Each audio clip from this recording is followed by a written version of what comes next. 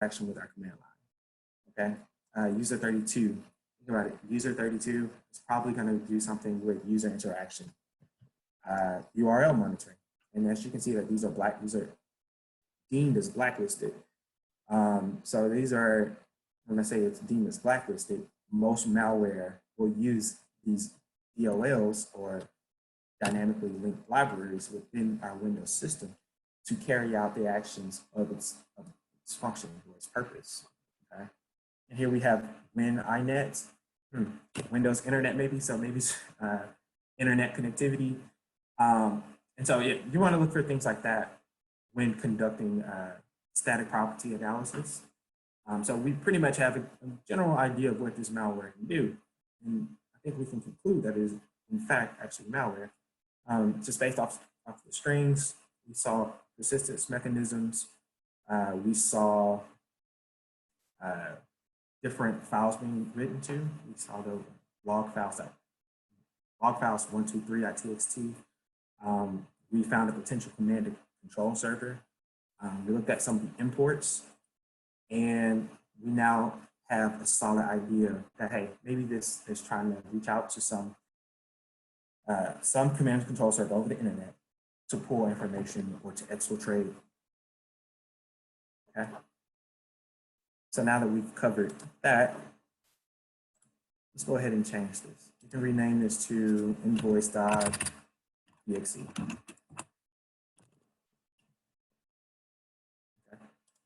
And boom, it's in its native, what it's actually meant to be. Let's change screens. So now that we've covered most of the properties that I wanted to cover within the static analysis portion of this,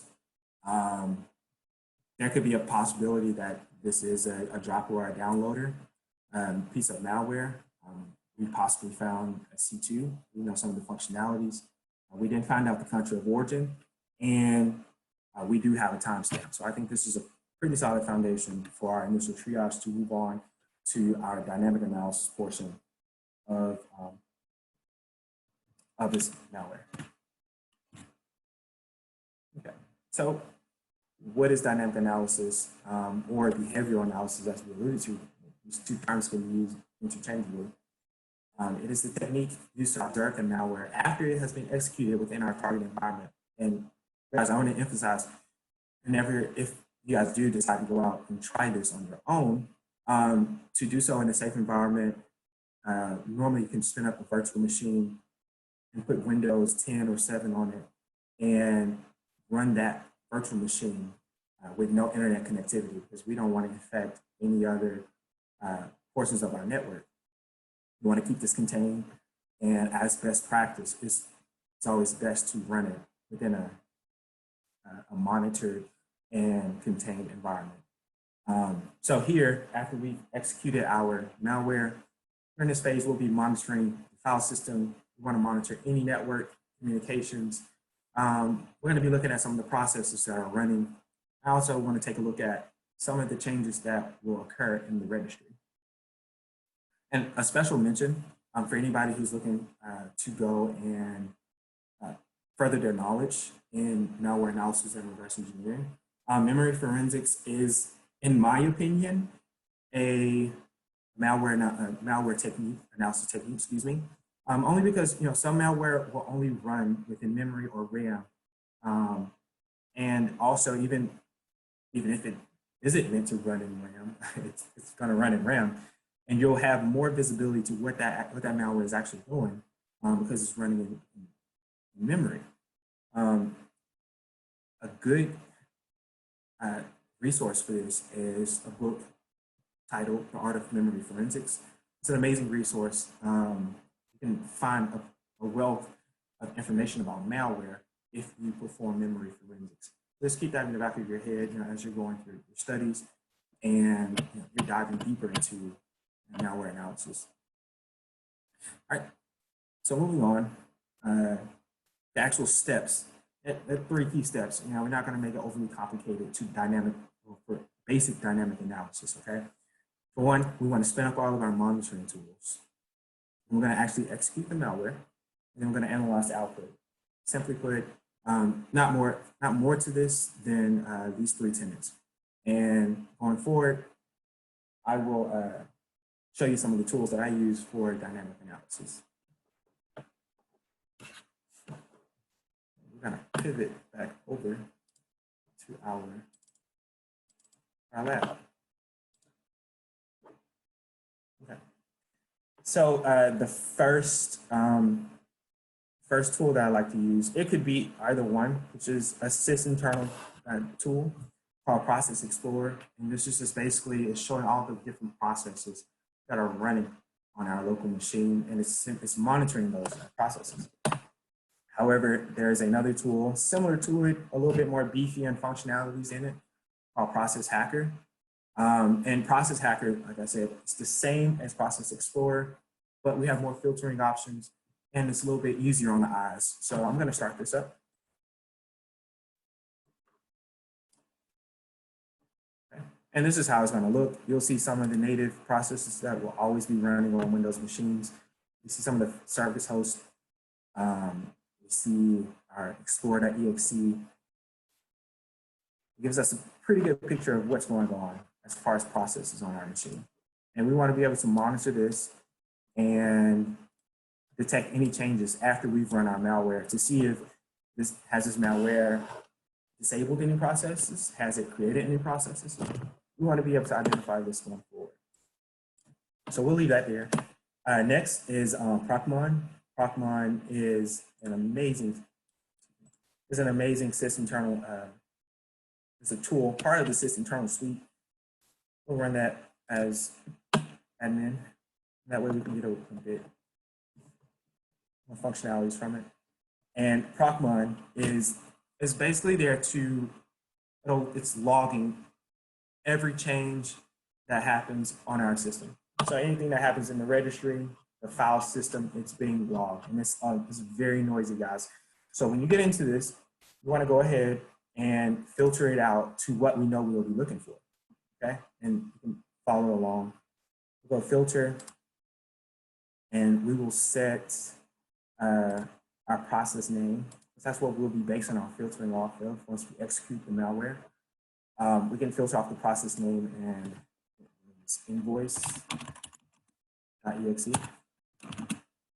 There won't be anything there right now because we haven't run this piece of malware. But once we do that, then you'll start to see a lot of the population. So right now it's blank, but that'll all change. It'll start populating with different registry changes, different activity in the file system. We'll see any type of networking activities, and we'll see any type of processes or threads that have been created. All right. And so at this point, once we have all our monitoring tools up and running, you want to take a snapshot of your VM so that we can revert back to an actual clean slate. Because after we run the malware, we've done all of our analysis. It's critical that for furthering our analysis on different pieces of malware, we always want to start off on a clean slate. So what I've done previous to running all of our stuff is I took a clean snapshot so that once we're done, I can revert back and everything will go back to normal. Okay, so we got that running. I want to run one more tool. It's called Fiddler. And Fiddler is, think of it more of it as a web proxy analysis tool. So this is going to grab any HTTP request that any of our processes are trying to reach out to. So you might see some of the Windows native processes trying to reach out to Microsoft to get updates or anything of that nature. Okay. And so you can see here some of the protocols. The host Fiddler 2 is trying to reach out to this URL. And so if we run this, we will see our malware trying to reach out to the internet, and then we can capture that for our documentation. Okay, so the three tools that we just, for note-taking purposes, the three tools that we have running right now is Process Hacker, which is a process analyzing tool to where we can monitor different processes. We have Process Monitor, which is different, to where we are monitoring our registry, monitoring the file systems. we're monitoring network connectivity. And lastly, I have a tool called Fiddler that is going to intercept and proxy the internet connectivities or the HTTP or HTTPS request over the internet that our malware will be trying to do. All right. So let's go and find our malware, and we're going to detonate it, and we're going to see what type of information that we can pull from what's going on.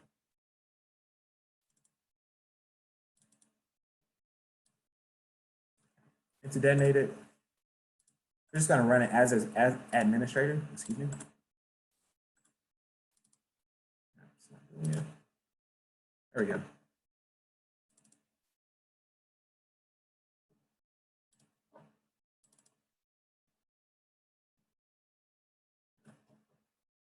All right.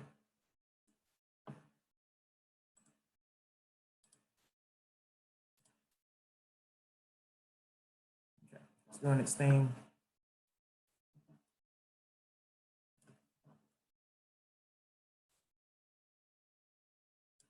As we can see here, it's reaching out over the internet, and these are two of the domains that we found within our strings properties. It's not actually connecting. That's why we're getting that 502 error, because we don't have any internet functionalities. If you guys want to go and research, there are other tools like iNetSim that simulate internet connectivity, where we can go and see some of these. It gives it an avenue for it to go and connect to, and we can analyze further. But it's not able to reach out over the internet. And I am going to update our filtering.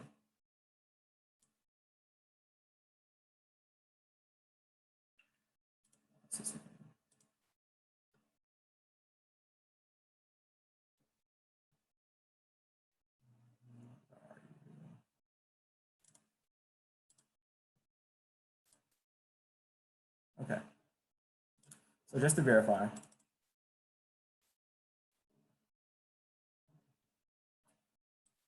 let's look at the hashes of these two, just to verify that they're the same.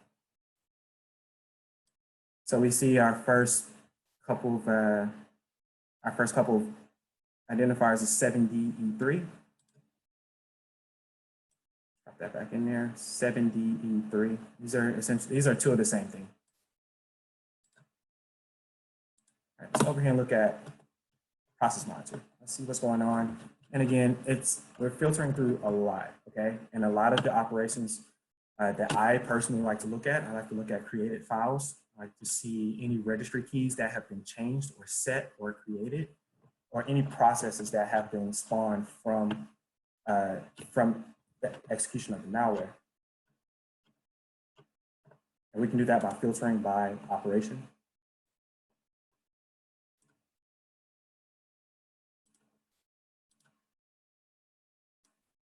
All right, let's see if it created a file.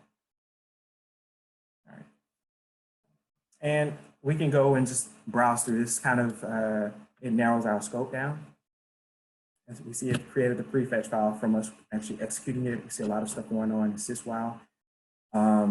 And what would you know? We have our logs123.txt. We created this file after execution. So this will be something that we want to note and actually go and look at. So we'll leave this, actually copy this. And we'll just open up a notepad. Just drop that there for later use. Okay. So now I want to filter by my registry. Let's see what's going on in the registry. Again, a lot of persistence mechanisms happen inside of the registry. And so I want to see if there are any changes that occurred here. So we'll go to operation. Actually, there's another cool trick. We can disable the file system here.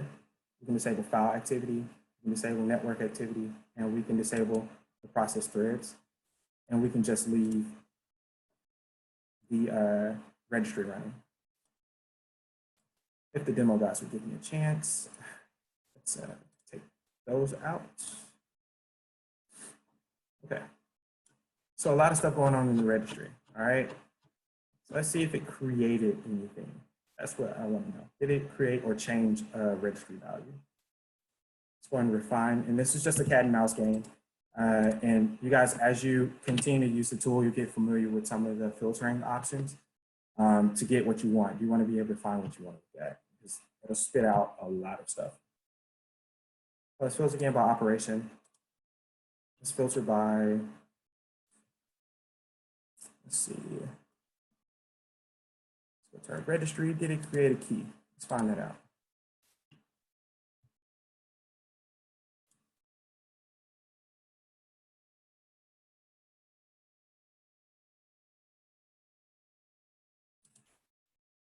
All right. So here we're seeing that it created a key in HKCU, which is a root part of the registry. And it created 2 software. So we can probably jot this down in our notepad, later use, and we'll go explore that inside of the registry. And so what we're doing here is we're just building indicators of compromise to see what is actually going on, or any type of persistence mechanisms. That is the entire ordeal for dynamic analysis. It's getting information after running it. Right, let's go back and filter some more. Let's actually search by another operation. If I can find it. There you go. Okay, let's see. What would be another interesting one that's going on within the registry? Well, let's see if it created any processes. That's always a key indicator. So did this piece of malware create a process? Process create. Let's apply this to our search. And unfortunately, it did not create any other processes. So we shall continue